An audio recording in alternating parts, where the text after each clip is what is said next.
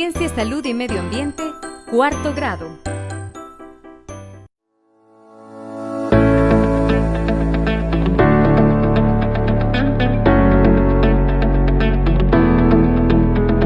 Importancia de la sangre.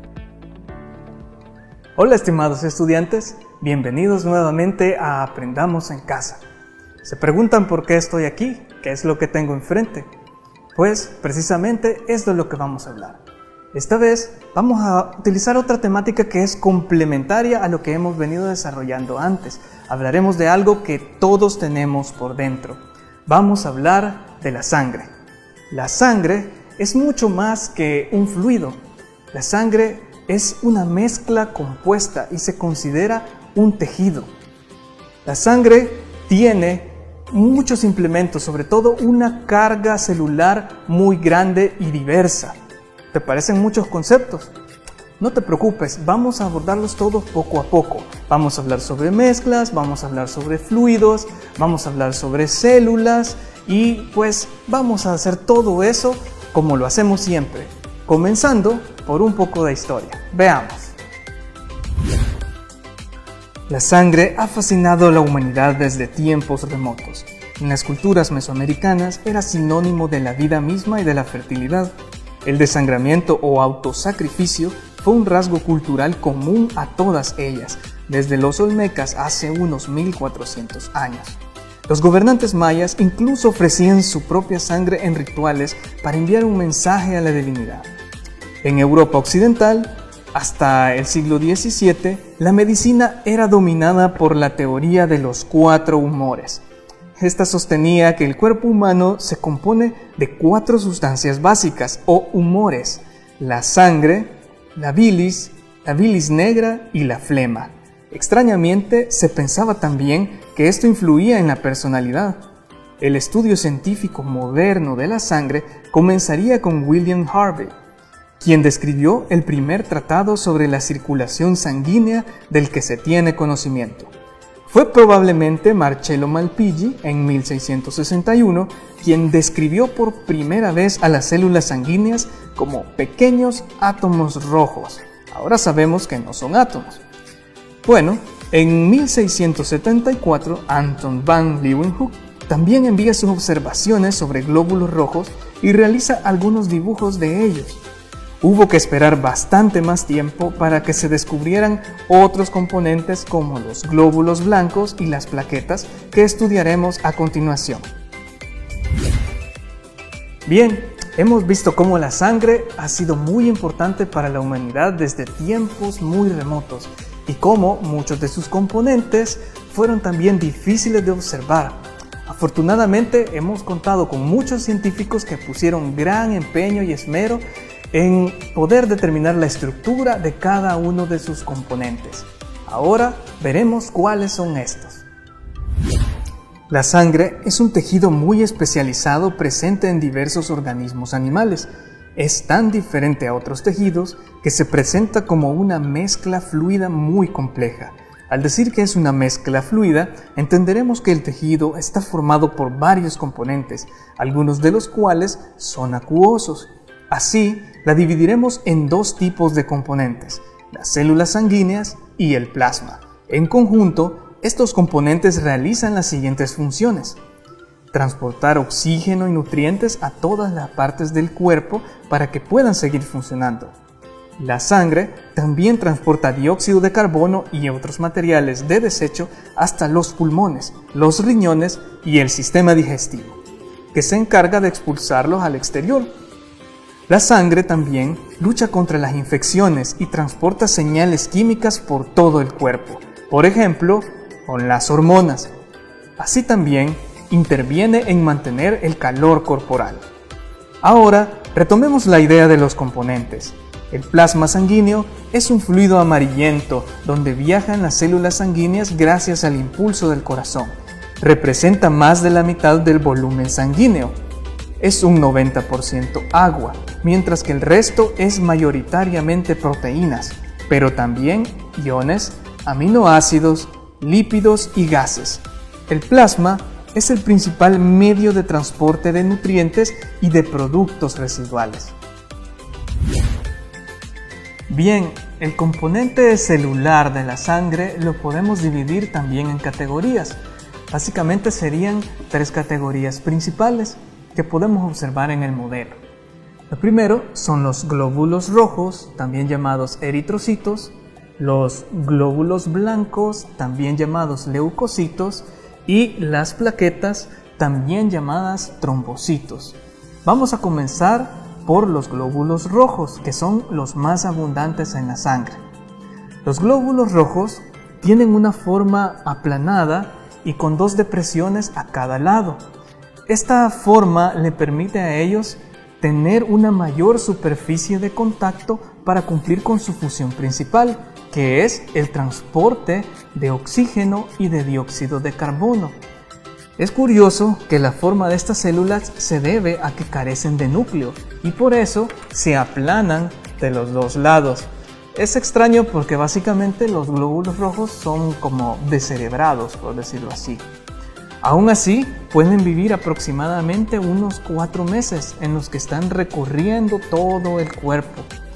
Estas células se producen en la médula ósea, es decir, adentro de los huesos, y pueden ir tan rápido por el cuerpo como recorrerlo en unos 20 segundos.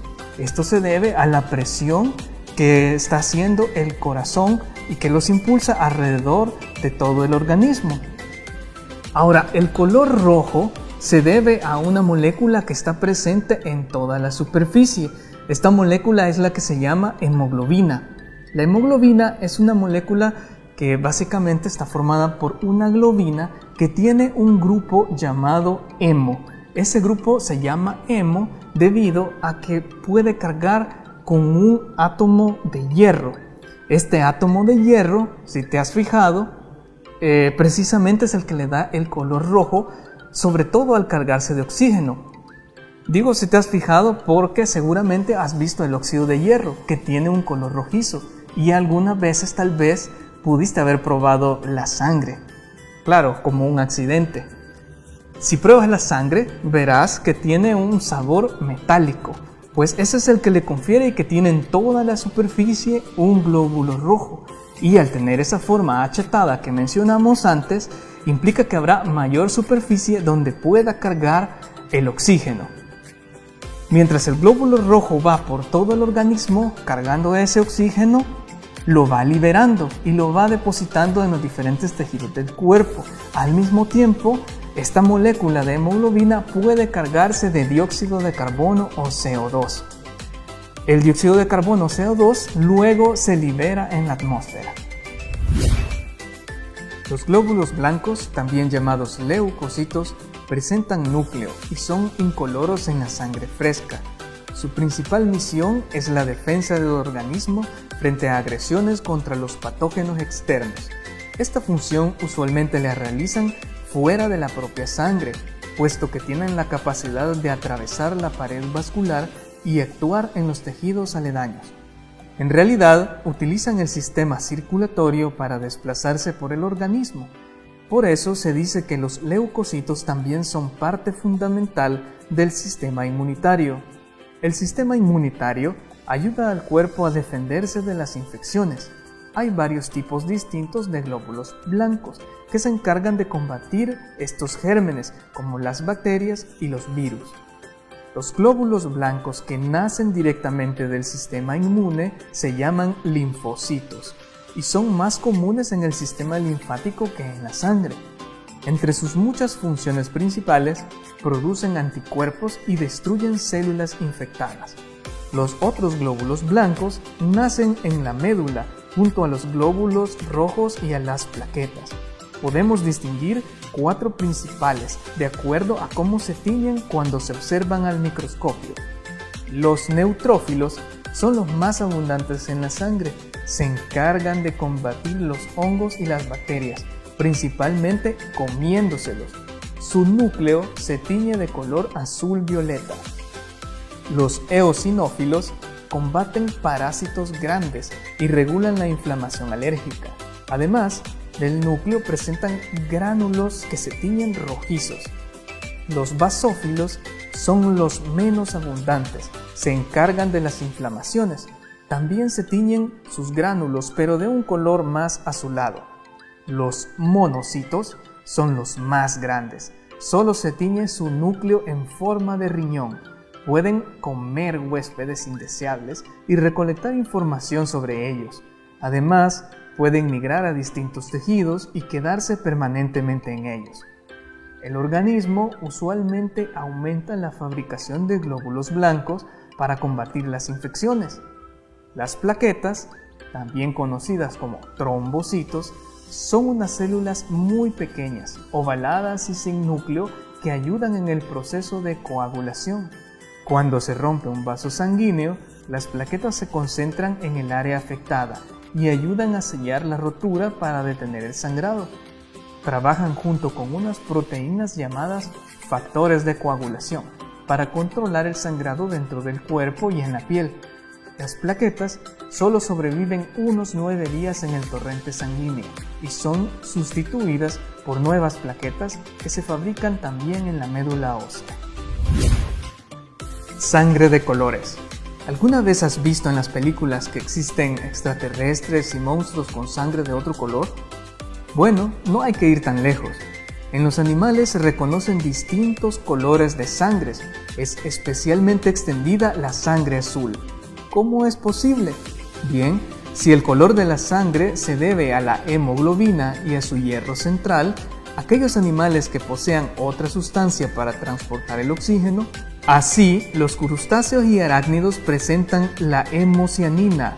Esta sustancia utiliza cobre en lugar de hierro para transportar el oxígeno. El óxido de cobre es azul, así que la sangre adquiere también ese color.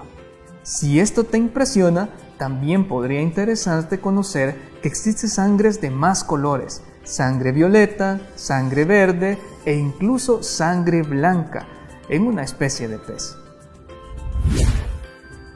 Saber la composición de la sangre es de vital importancia para realizar diagnósticos. Por ejemplo, si tienes unos niveles altos de leucocitos, puede significar que tienes una infección y es necesario posiblemente brindar algún tratamiento. Así también, si tienes unos niveles muy bajos de glóbulos rojos, significa que tu cuerpo no está llevando el oxígeno ni nutrientes de una buena manera a todo el cuerpo.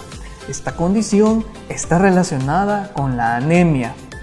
Por otro lado, el plasma sanguíneo es uno de los mejores lugares para mantener el cuerpo hidratado. Por tal razón es que en los hospitales utilizan el suero intravenoso. La sangre también es una vía muy rápida para aplicar medicamentos y es así también donde en diferentes clínicas y hospitales también pueden colocarte medicamentos a través del torrente sanguíneo. Muy bien, ¿qué es lo que vimos ahora? Nos hemos dado cuenta de que la sangre ha sido muy importante para la humanidad desde tiempos muy antiguos. También que fue muy difícil identificar sus componentes. Ahora establecimos que la sangre es un tejido fluido. Como un tejido, tiene una parte que es celular y otra parte no celular a la que llamamos plasma. La parte celular la podemos dividir en 3 grupos: los eritrocitos, los leucocitos y los trombocitos. La sangre así también realiza una serie de funciones muy importantes para el organismo. Por ejemplo, transportar los nutrientes, llevar el oxígeno, recolectar los residuos. También mantiene la comunicación entre las células. Por otro lado, la sangre es importante para mantener el calor corporal. Ponte a prueba. Ahora veamos cuánto hemos aprendido respondiendo las siguientes preguntas. ¿Cuáles son los componentes de la sangre? Si respondiste plasma y células sanguíneas, estás en lo correcto. ¿En qué parte de nuestro cuerpo nacen los glóbulos rojos?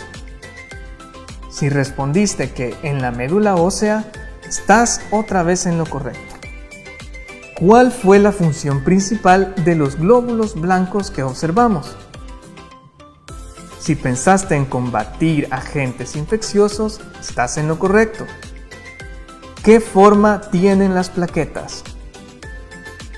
son ovaladas, aunque al activarse pueden cambiar esta forma. Muy bien, lamentablemente hemos llegado al final de nuestra clase. Espero que hayas aprendido y también que te haya gustado.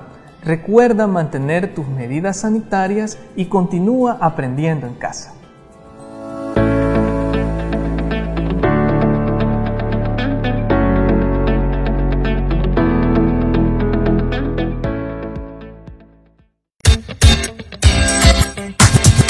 El siguiente programa es clasificación A, para todo público. Dirección de Espectáculos Públicos, Radio y Televisión. Ministerio de Gobernación. A continuación.